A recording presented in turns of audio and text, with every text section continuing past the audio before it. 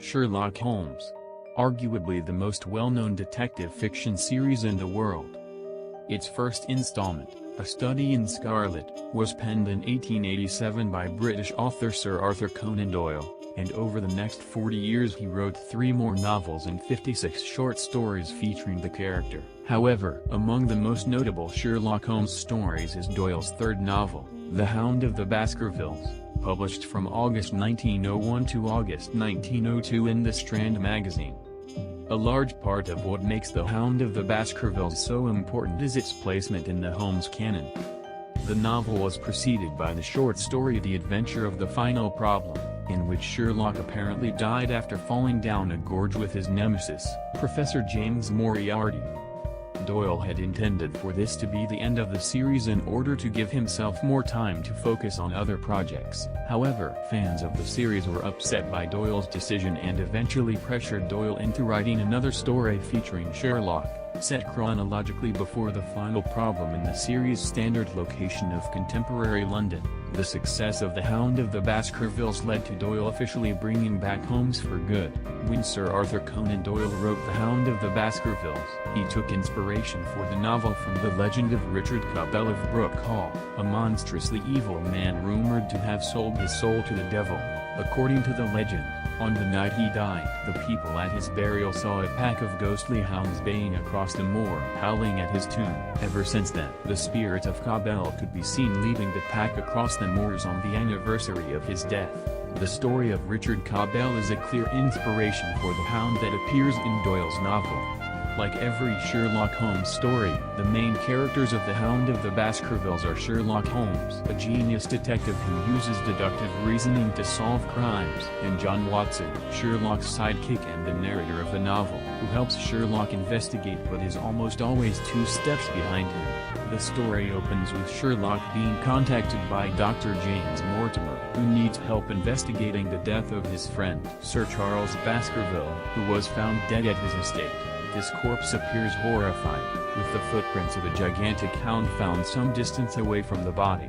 Sherlock learns of the legend of the Hound of the Baskervilles, a spectral hound that supposedly killed Charles' ancestor, Hugo Baskerville. Sherlock and his sidekick, Watson, decide to meet with the new master of Baskerville Hall, Sir Henry Baskerville. Sir Henry shows Sherlock a note he received warning him away from the estate, and notes that one of his new boots has gone missing. In spite of these strange events, Sir Henry says he plans to move into Baskerville Hall anyway. Sherlock takes interest in the case, but because he's busy with other cases, he sends Watson to investigate and report his findings back to him. Over the next few weeks, the information that Watson gathers allows Sherlock to deduce that the Baskervilles' neighbor, Mr. Stapleton, is secretly a relative of the Baskervilles. Sherlock theorizes that Stapleton intends to seize the Baskervilles' wealth by killing them and claiming their inheritance. Sherlock summons Inspector Lestrade, and the 3 of them go to the Stapleton home, where Sir Henry is eating. Stapleton sets a hound on Sir Henry in an attempt to kill him, but Sherlock shoots it before it can do any harm. Stapleton runs off, but ends up dying in the Grimpen mire on the way to his hideout. Sherlock deduces that Stapleton intended to kill Sir Henry with a hound by using Sir Henry's stolen boot to give the dog his scent. He also concludes that Stapleton was actually Roger Baskerville's son.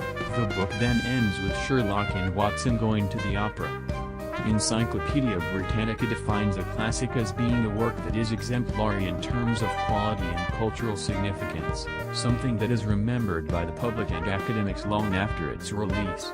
By this definition, The Hound of the Baskervilles is definitely a classic, going as far as being reported as the best Sherlock Holmes story in a Baker Street Journal article, receiving a perfect score from a survey of Sherlockian scholars.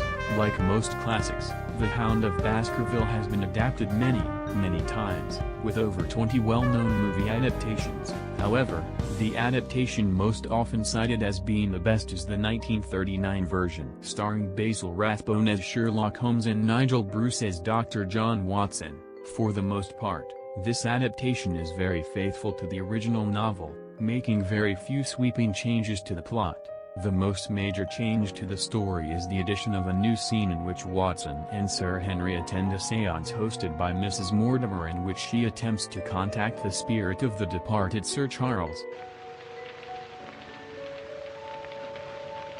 Sir Charles?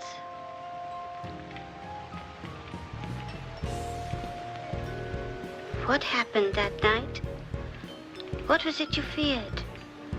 Tell us, Sir Charles, of all the weird, terrible things that have happened on the moor.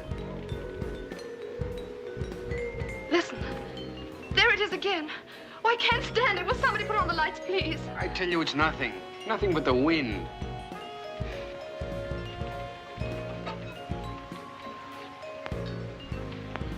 Mr. Franklin, what did you think it was?